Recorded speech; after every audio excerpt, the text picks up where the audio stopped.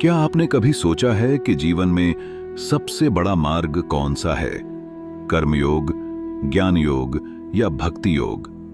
क्या भगवान तक पहुंचने के लिए इन तीनों में से किसी एक को चुनना जरूरी है, या फिर एक ही मार्ग सभी मंजिलों तक पहुंचा देता है? आज की इस वीडियो में हम जानेंगे कि मनुष्य के भीतर छिपी 3 दिव्य शक्तियां करना, जानना और मानना कैसे जीवन को पूर्ण बना सकती हैं। यह ज्ञान केवल आपके विचार नहीं, आपका पूरा जीवन बदल सकता है। इसलिए इस वीडियो को अंत तक अवश्य देखें। विलंब न करते हुए आरंभ करते हैं।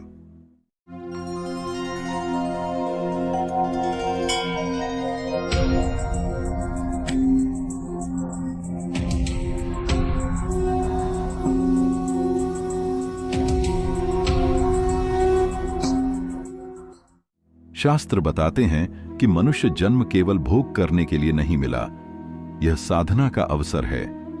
अन्य योनियां मुख्यतः भोग के लिए हैं, लेकिन मनुष्य योनि आत्मोन्नति और परमात्मा की प्राप्ति के लिए है। इसलिए कोई भी व्यक्ति चाहे तो आज से ही आध्यात्मिक मार्ग पर चल सकता है। हम सभी जीवन भर कुछ न कुछ करते रहते हैं, लेकिन यदि हर काम अपने स्वार्थ के लिए होगा तो इच्छाएं कभी समाप्त नहीं होंगी। एक इच्छा पूरी होगी तो दूसरी जन्म ले लेगी। यही कर्म बंधन है। लेकिन जब वही कर्म दूसरों के हित के लिए किया जाता है, बिना किसी फल की अपेक्षा के, तब वही कर्म कर्मयोग बन जाता है। प्रत्येक मनुष्य के भीतर 3 अद्भुत शक्तियां होती हैं। पहली, करने की शक्ति। दूसरी, जानने की शक्ति। और तीसरी, मानने अर्थात श्रद्धा की शक्ति। दुनिया में ऐसा कोई व्यक्ति नहीं जो कुछ न करता हो, कुछ न जानना चाहता हो या किसी बात को न मानता हो। लेकिन प्रश्न यह है कि क्या केवल करना, केवल जानना या केवल मानना ही पर्याप्त है? शास्त्र कहते हैं नहीं। इन तीनों के साथ जब योग जुड़ जाता है तभी जीवन सफल होता है। करने में योग जुड़ जाए तो कर्म योग बन जाता है। जानने में योग जुड़ जाए तो ज्ञान योग बन जाता है। और मानने में योग जुड़ जाए तो भक्ति योग बन जाता है। लेकिन योग क्या है?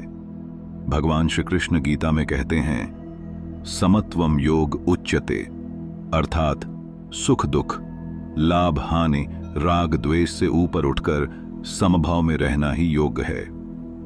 यही निष्काम सेवा मन को शुद्ध करती है। आज मनुष्य विज्ञान, तकनीक, भाषाएं और अनेक विद्याएं सीख रहा है, लेकिन क्या इससे जीवन का अंतिम सत्य मिल जाता है? नहीं।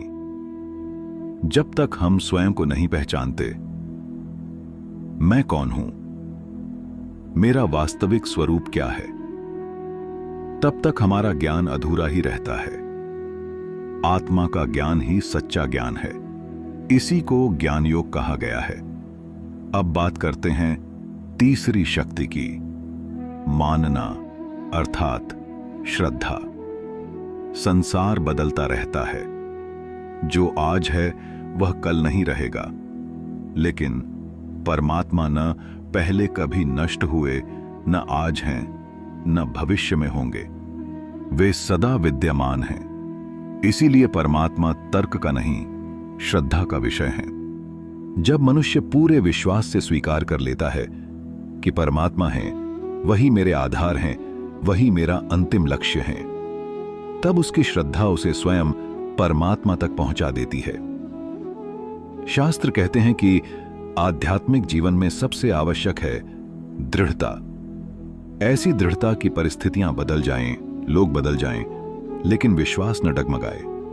रामचरितमानस में माता पार्वती कहती हैं, चाहे स्वयं भगवान शिव भी मुझे समझाएं, फिर भी मैं नारद जी के बताए हुए मार्ग को नहीं छोड़ूंगी। यह केवल जिद नहीं, बल्कि अटूट श्रद्धा का उदाहरण है। ऐसा विश्वास ही साधक को परमात्मा तक पहुंचाता है।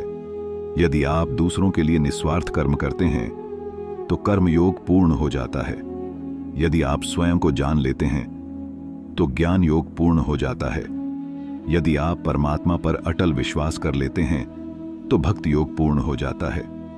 और आश्चर्य की बात यह है कि इनमें से किसी एक मार्ग में भी पूर्णता आ जाए तो बाकी दोनों स्वतः पूर्ण होने लगते हैं। इस पूरे उपदेश का सार केवल 3 वाक्यों में समझिए। दूसरों के लिए कर्म करो, अपने वास्तविक स्वरूप को जानो और परमात्मा पर अटूट विश्वास रखो। यही तीनों मिलकर मनुष्य जीवन को सफल बना देते हैं। आज की यह शिक्षा हमें बताती है कि भगवान तक पहुंचने के अनेक मार्ग दिखाई देते हैं, लेकिन लक्ष्य एक ही है। चाहे निस्वार्थ कर्म करें, आत्मज्ञान प्राप्त करें या अटूट भक्ति करें, यदि मन में दृढ़ता और समभाव है तो परमात्मा की प्राप्ति निश्चित है। अब आप हमें कमेंट करके जरूर बताइए, आपके स्वभाव के सबसे निकट कौन सा मार्ग है?